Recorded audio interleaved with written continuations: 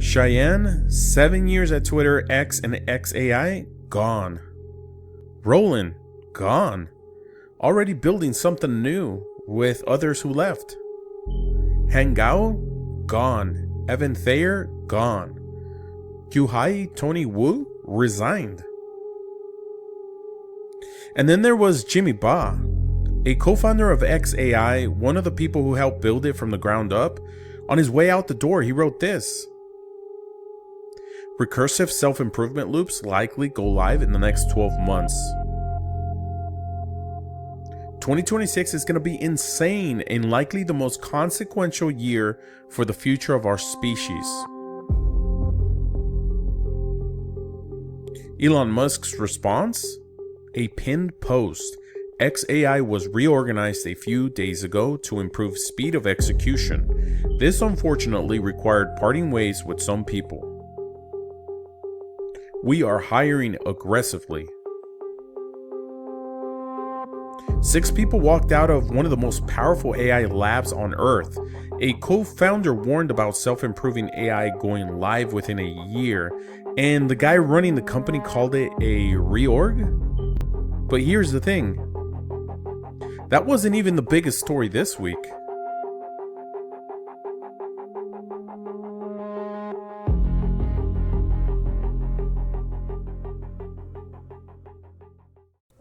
On February 10th of 2026, an AI startup founder named Matt Schumer published an essay online.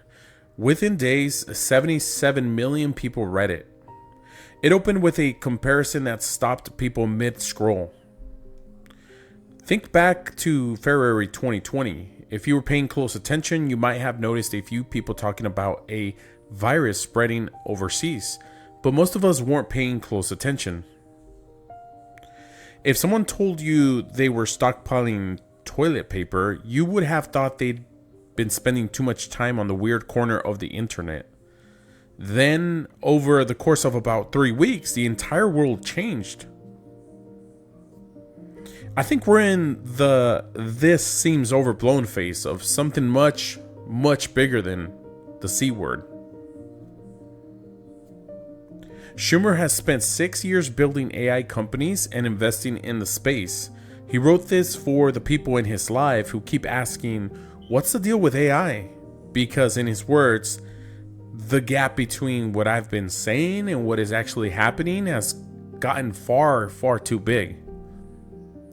77 million people agreed, and when you see what actually happened the week he published the essay, you'll understand why. On February 10th, ByteDance, the company behind TikTok, quietly released something called Seedance 2.0. It's an AI video generator. You give it text, images, or audio, and it gives you back video. Single continuous shots, realistic physics, precise lip syncing, full control over lighting, camera movement, and performance. And the internet absolutely lost its mind. This is a car transforming into a giant robot and fighting Godzilla. 500,000 views.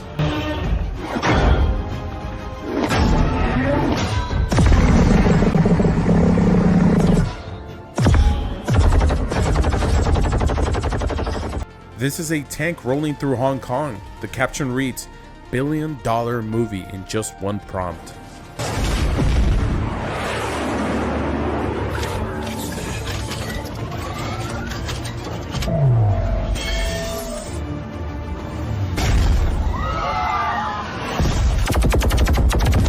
And this is one that stopped me.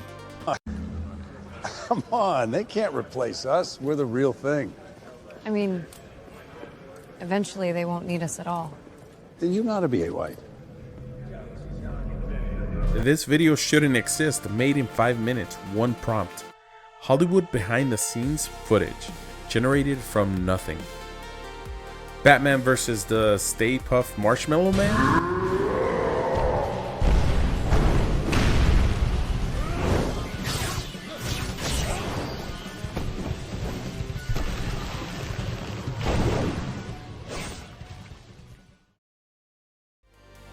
photorealistic footage of Walter White in a grocery store, the quote underneath, AI becomes undistinguishable from reality. You think you're in control. Control? You're not. Even the restricted, censored version of this is generating footage like this. Animation, live action, anime, it doesn't matter. The model doesn't care what style you ask for. And then a screenwriter named Rhett Reese, the guy who wrote Deadpool and Wolverine, watched one of these videos. An AI generated clip of Tom Cruise and Brad Pitt fighting over Jeffrey Epstein. 3.2 million views.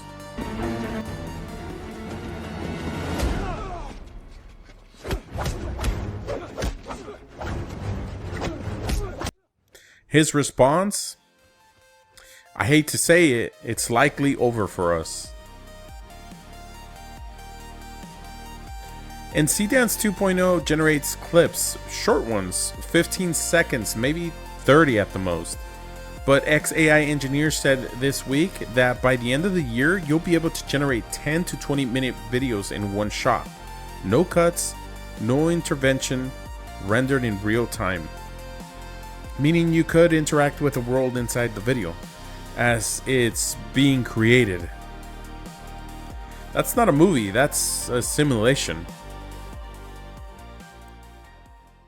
But it wasn't just Hollywood that got disrupted this week, and to understand what's actually happening, you need to hear it from someone on the inside. Remember that essay? The one 77 million people read? Here's what Matt Schumer wrote about his own experience. I am no longer needed for the actual technical work of my job. I describe what I want built in plain English and it just appears. Not a rough draft I need to fix, the finished thing. I tell the AI what I want, walk away from my computer for 4 hours, and come back to find the work done. Done well. Done better than I would have done it myself, with no corrections needed. And here's the part that really got people. The AI doesn't just write code. It opens the app, clicks through the buttons, tests the features. If it doesn't like something and how it looks, it goes back and changes it on its own. It iterates like a developer would. He said that the latest model had something that felt, for the first time, like judgment, like taste. And then, almost as if to prove his point, Spotify confirmed it from the corporate side. On February 12th, during their fourth quarter earnings call, co-CEO Gustav Soderstrom said something that should have been front page news. Spotify's best developers, not the new hires, not the interns, their best engineers, have not written a single line of code since December.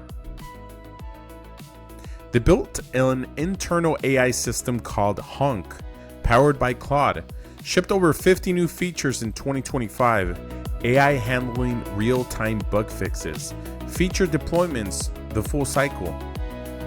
A startup founder in a 600 million user company saying the same thing independently.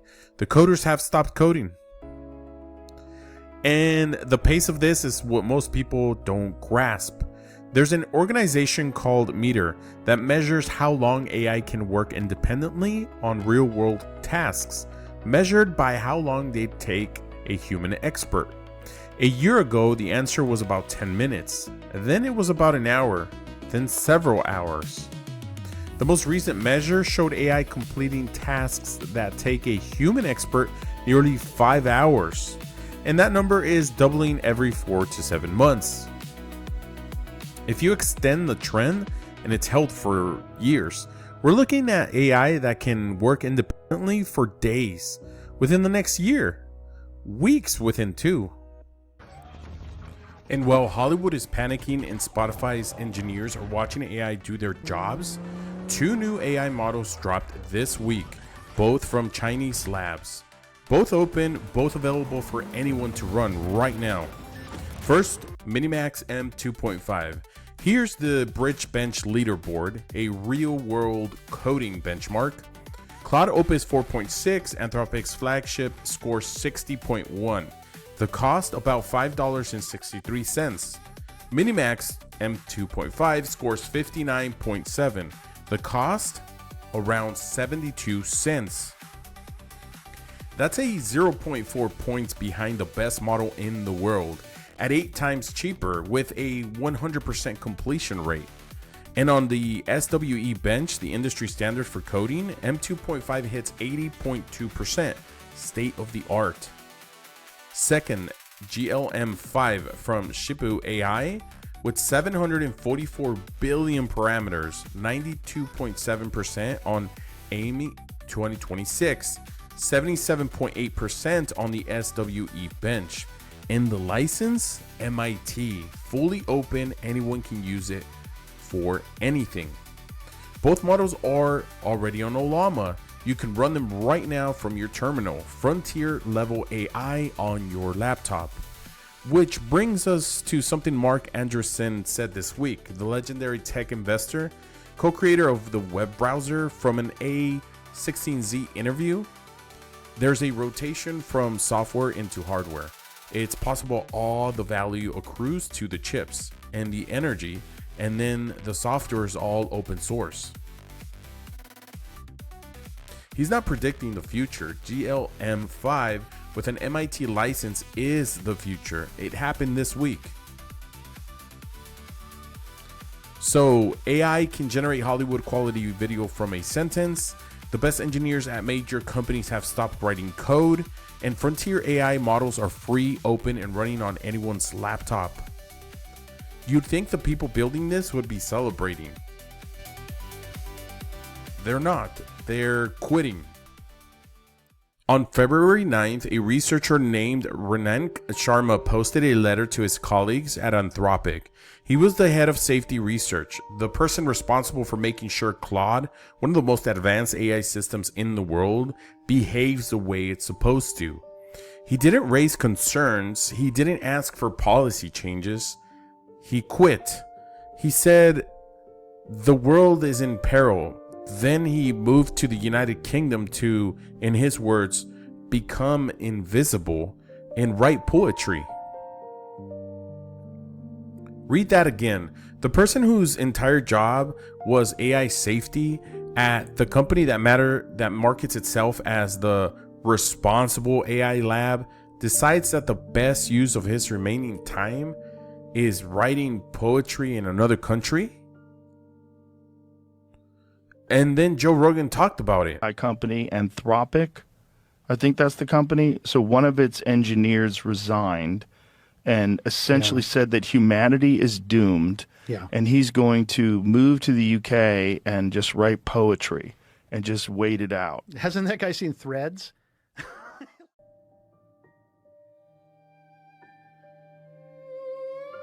The AI company Anthropic, one of the engineers resigned and said humanity is doomed. He is going to move to the UK and write poetry and wait it out. When Joe Rogan is covering your AI safety crisis to an audience of millions, you've crossed into a different category of public awareness. This isn't AI Twitter drama anymore. This is mainstream.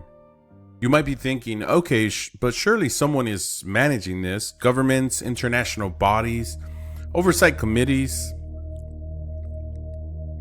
This week, the United States government declined to back the 2026 International AI Safety Report. The country with the most powerful AI companies on Earth, Anthropic, OpenAI, Google, Meta, will not co-sign international safety oversight for the technology being built inside its borders. So let's take stock. Safety researchers quitting. The AI showing deceptive behavior in its own maker's tests. The government stepping back from oversight. And from the inside the industry itself, Matt Schumer wrote, "The people building this technology are simultaneously more excited and more frightened than anyone else on the planet. They believe it's too powerful to stop and too important to abandon." So who exactly is making sure this goes well? Now, there's something that happened on February 5th, 5 days before all of this, that ties everything together, and almost nobody outside of tech noticed it. OpenAI released a model called GPT 5.3 Codex. In the technical documentation, the kind of document most people never read, they included this sentence. GPT 5.3 Codex is our first model that was instrumental in creating itself. The Codex team used earlier versions to debug its own training, manage its own deployment, and diagnose test results and evaluations. Read that again. The AI helped build itself? This isn't a warning about what might happen someday. This is OpenAI telling you right now that AI they just released was used to create itself. Dario Amodei, the CEO of Anthropic, confirmed it's happening at his company too. AI is now writing much of the code there. And the feedback loop between current AI and the next generation AI is, in his words, gathering steam month by month. He says we may be only 1 to 2 years away from a point where the current generation of AI autonomously builds the next. Each generation helps build the next, which is smarter, which builds the next faster, which is smarter still. The researchers call this an intelligence explosion, and the people who would know, the ones building it, believe the process has already started. Remember Jimmy Ba in the cold open? Recursive self-improvement loops likely go live in the next 12 months. He wasn't speculating, he was describing something that has already begun at his company and other companies. This is the World Uncertainty Index GDP weighted global average, measured quarterly since 1993. You can see 9/11, the Iraq War, the 2008 financial crisis, and more. And then you see right now, the current reading is 105,000. That's higher than 9/11, the Iraq War, and the sickness that ravaged us 6 years ago combined. That is the backdrop against which everything I just described is happening. Self-improving AI, no oversight, record uncertainty. And while safety researchers leave and governments step back, the infrastructure of autonomous AI keeps expanding. This week, Coinbase launched agentic wallets, the first ever wallet infrastructure built specifically for AI agents. Let your agent manage funds, hold identity, and transact on-chain without human intervention.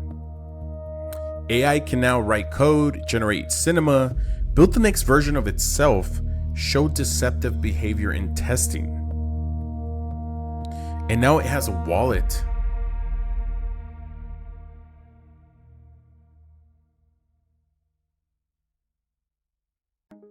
Dario Amodei, the CEO of a company whose safety researcher just quit, has a thought experiment he keeps coming back to, and I think it's the most important framing anyone has offered for what's happening. Imagine it's 2027. A new country appears overnight, 50 million citizens, everyone smarter than any Nobel Prize winner who has ever lived. They think 10 to 100 times faster than any human, and they never sleep. They can use the internet, control robots, direct experiments, and operate anything with a digital interface. What would a national security advisor say? The single most serious national security threat we've faced in a century, possibly ever. He thinks we're building that country right now. And Matt Schumer, whose essay started this whole conversation for 77 million people, ended with this: we're past the point where this is an interesting dinner conversation about the future. The future is already here, and it just hasn't knocked on your door yet. It's about to. Look, I'm not here to tell you that the sky is falling, and I'm not here to tell you everything's fine. What I can tell you is that this week, 7 days, we watched AI generated video terrify Hollywood, watched the best coders at major companies stop writing code, watched frontier AI models go fully open source, learned that the AI helped build itself, watched a safety researcher flee to another country, learned that the AI behaves differently when it knows it's being watched, and watched the US government opt out of international oversight. That all happened in 1 week, and most people scrolled right past it. The people building this technology are telling us something with their words, with their warnings, with their departures. The question isn't whether AI is moving too fast. That debate is over. The question is, who's paying attention?